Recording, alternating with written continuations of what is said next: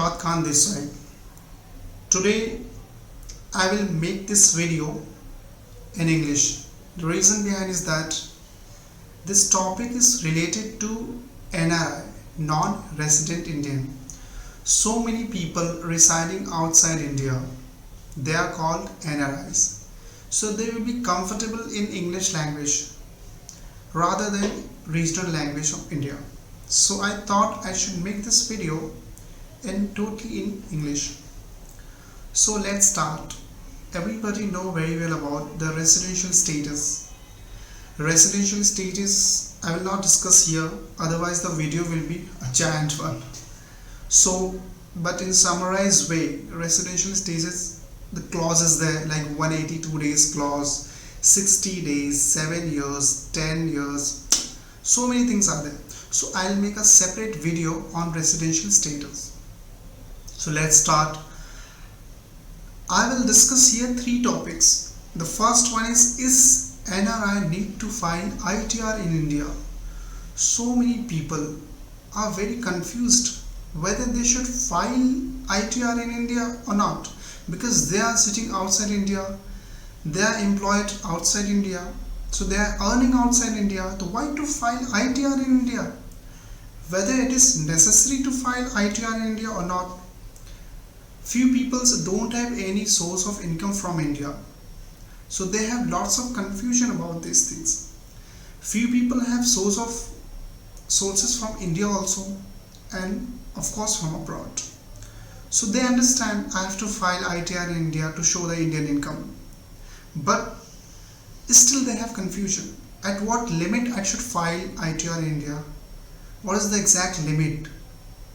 Whether such kind of limits are there or not? So they have confusion.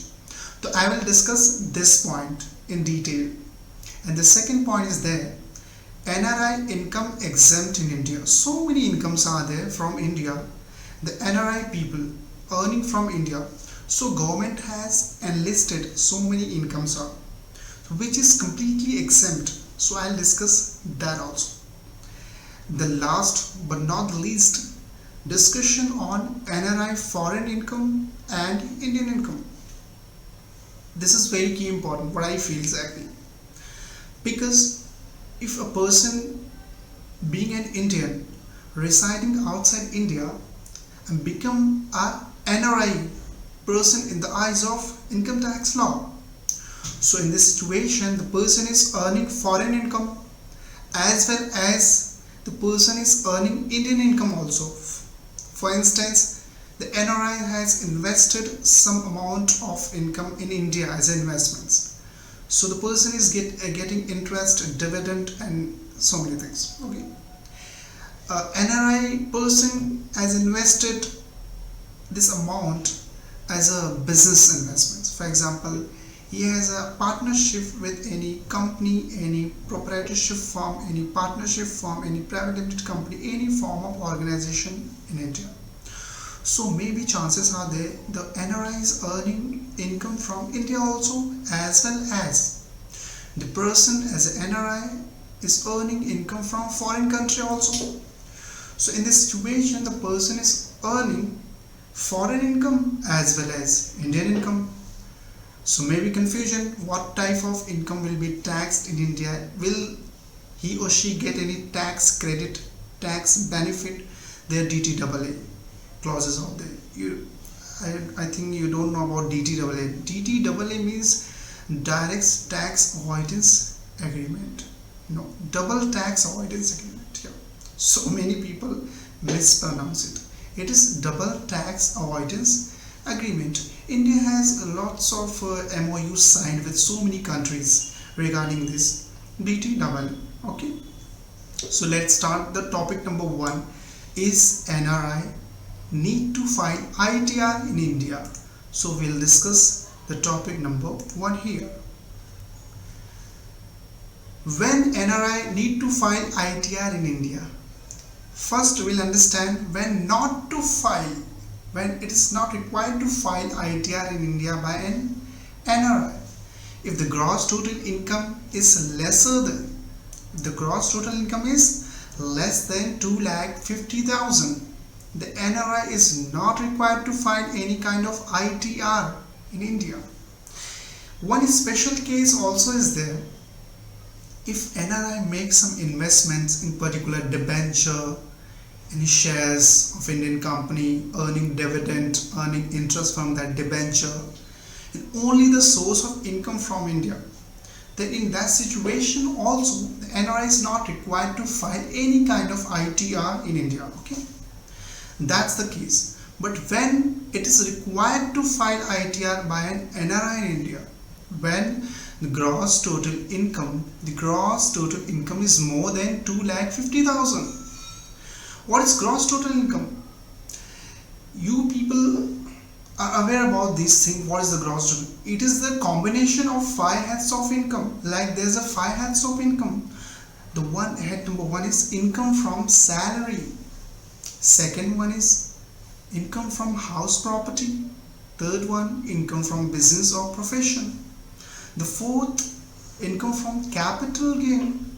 The fifth one, income from other sources. If you make aggregation of all 5 heads of income, that will become gross total income, GTI.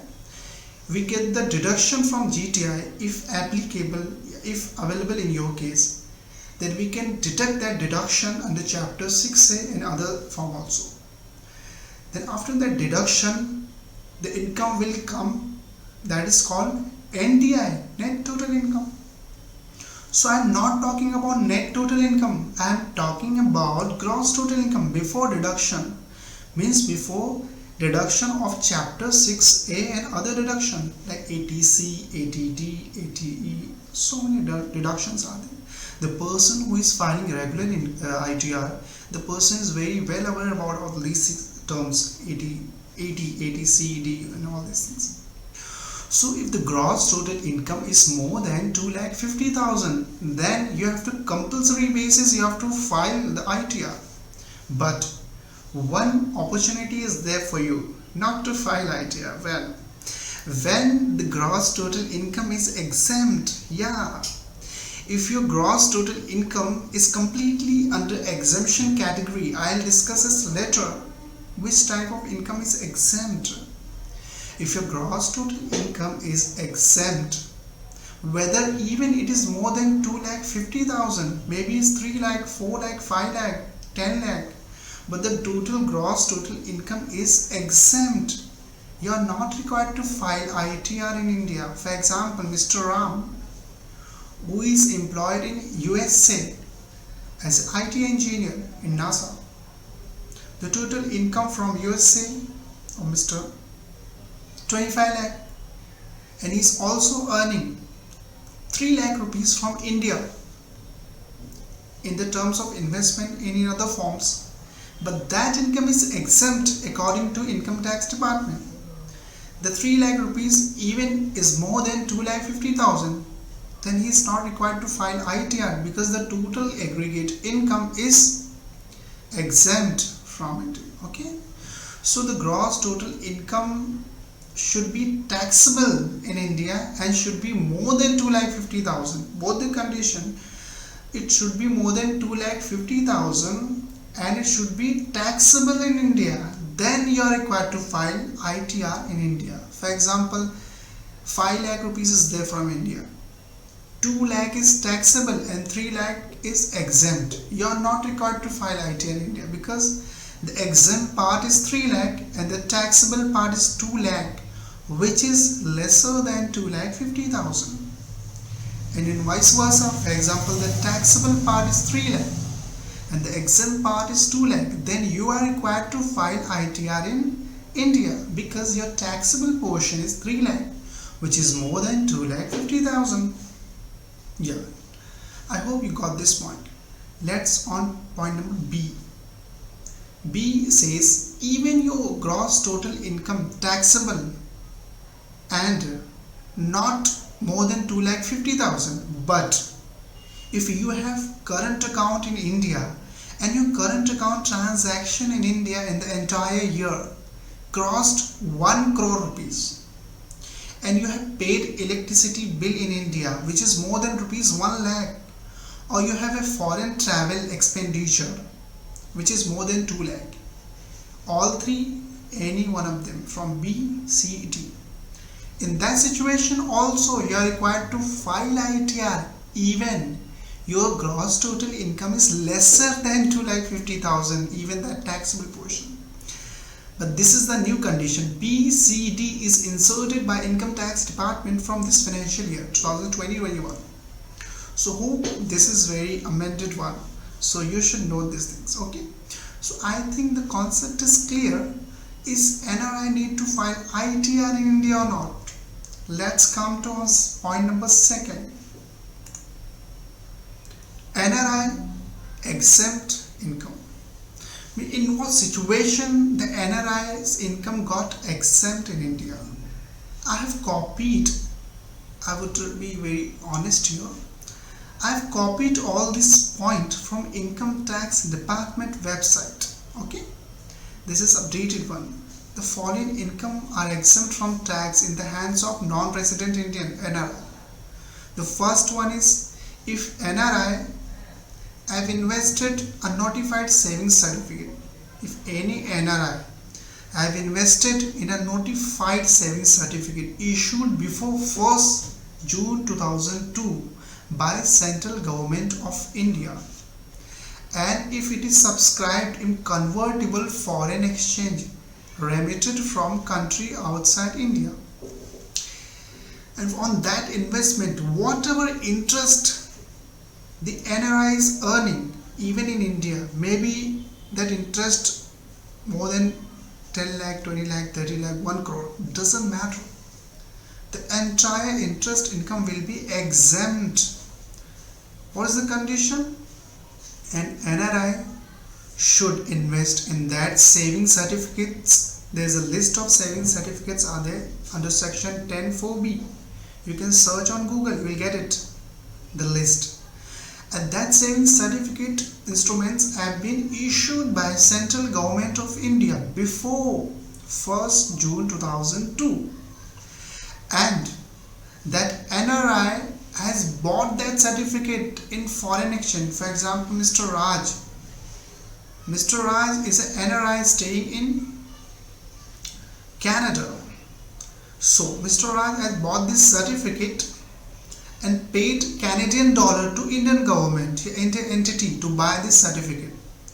Once he bought this certificate, then the Indian entity or government is sending him interest income on his bank accounts. So that interest income will be exempt for Mr. Raj because the interest earned on that savings certificates have been bought in foreign exchange. What is the purpose to give exemption with these kind of savings certificates? The government of India is very greedy in terms of dollars. The government of India always, not the government of India, any country, government which is developing country or underdeveloped country. So the government of India is very greedy about the foreign exchange. The government of India wants the foreign exchange should enter into India, so it will flow into Indian economy. The GDP will grow up. Okay, yes. So for the greed of foreign exchange, this kind of trap has been put together. Okay, and all the rest of things also like this one only. If any NRI invest in notified bonds issued before 1st June 2002, purchase in foreign exchange, list is given under section 10(15). This one. And the third one also same like this. Interest on bond or securities notified before 1st June 2002 by Central Government of India, including premium on redemption of such bonds. Everybody know this thing very well. Bonds are redeemed on their maturity period. Okay, so they are redeemed at higher value, they are issued at lesser values. The differential is the income for the investor. Okay, so including that premium.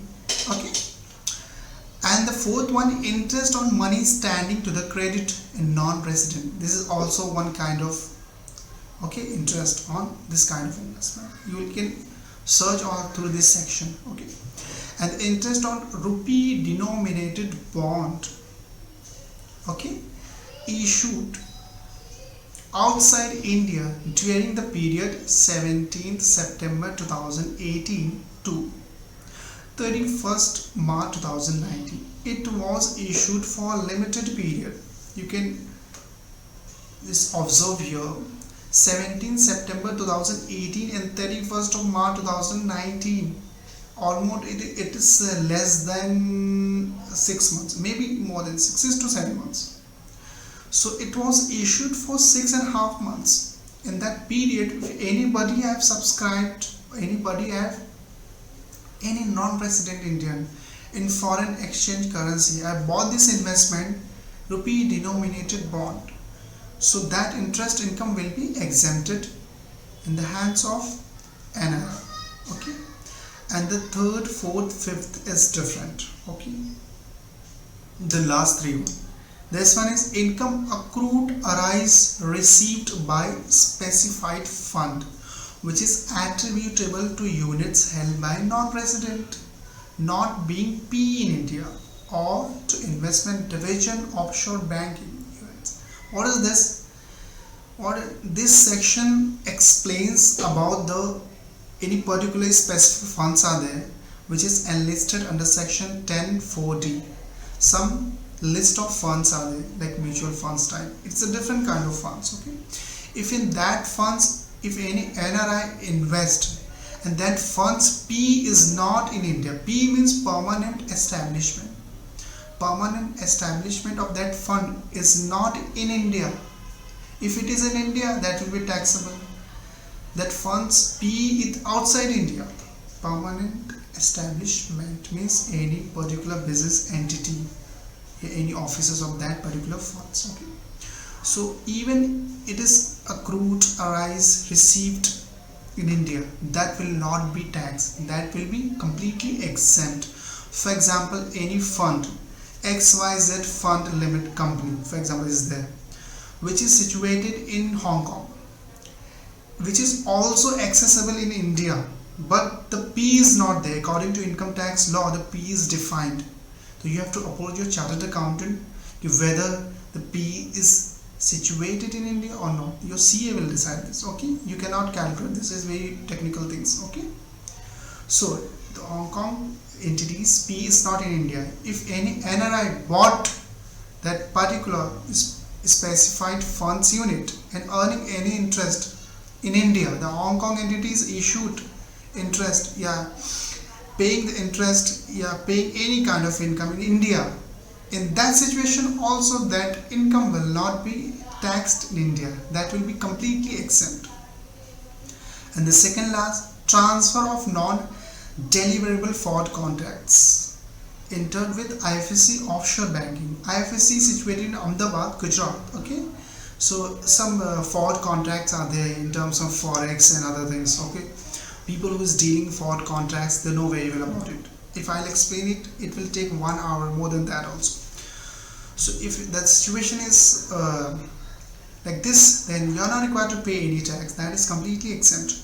Income on account of leasing of aircraft in previous year. For example, if any NRI who is leasing any aircraft business in India, and that kind of situation is there, okay, so that income also will be exempt. I hope you got the point about the exempt income in India. I hope this will be a new for you. So I want to add something in that exempt income list. I'll show you this one. For example, any NRI invested in Indian shares, any Indian company shares, so the Indian company will issue dividend, means the Indian company will pay dividend to NRI, then that dividend will be taxed at the rate of 20%. If any interest received from government, Indian concern, on the money borrowed or debt incurred by government or Indian currency, that interest will be taxed at the rate of 20%. These are investments, like in shares you will get dividend, in debenture or debt you will get interest. So this is kind of debenture received from the government. Okay, interest received from infrastructure debt there's an infrastructure debt list you'll get in this section. Okay, so if any NRI invest in that infrastructure debt and that infrastructure debt paying interest to that NRI, that interest will be taxed at the rate of 5%, which is very less. For example, your income is more than 10 lakh, you will be under 30% category, but here you have to pay only 5%. It's good. If interest referred under section 194 LC, you refer this section to Google, you will get to know what is the exactly investments are there. Okay, here also 5% is there. If income received in respect of units purchased in foreign currency of mutual funds under this clause 23D of section 10, Unit Trust of India issues some kind of mutual funds. Okay, so and any other specified funds also issues mutual funds. If any NRI bought that mutual fund and pay the amount in foreign currency, in that situation the income earned on that mutual fund will be taxed at the rate of 20%, which is lesser than 30%. Now I will discuss the last part, that is discussion on NRI, foreign income and Indian income.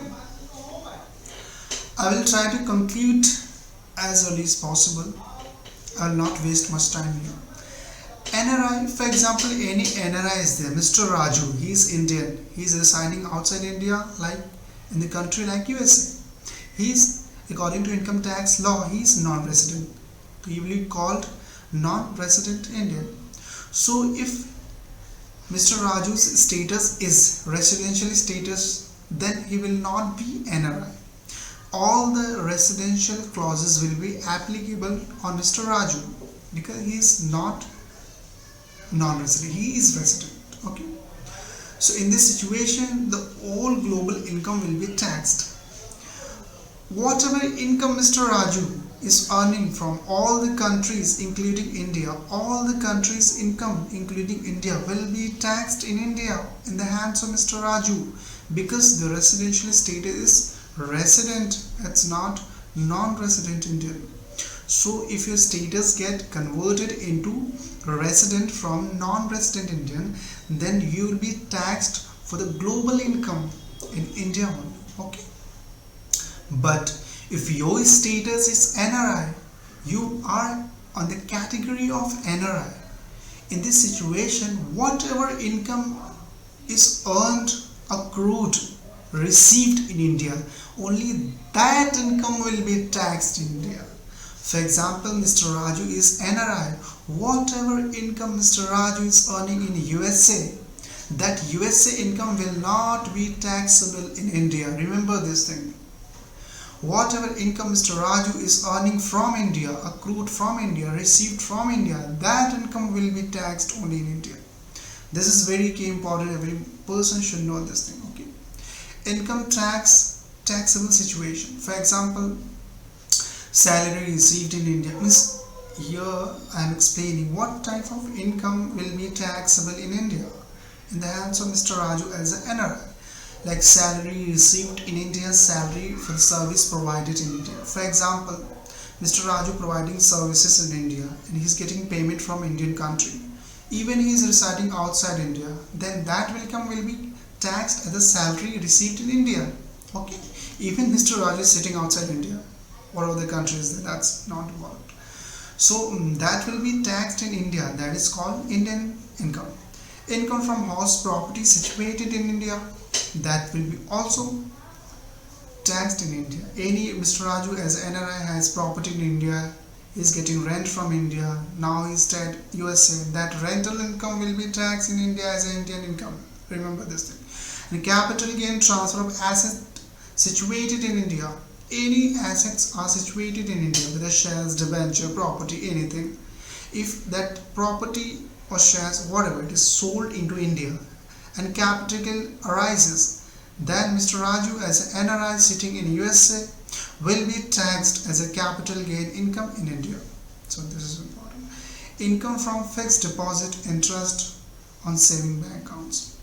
For example, Mr. Raju as an NRI has NRO account, NRE account in India.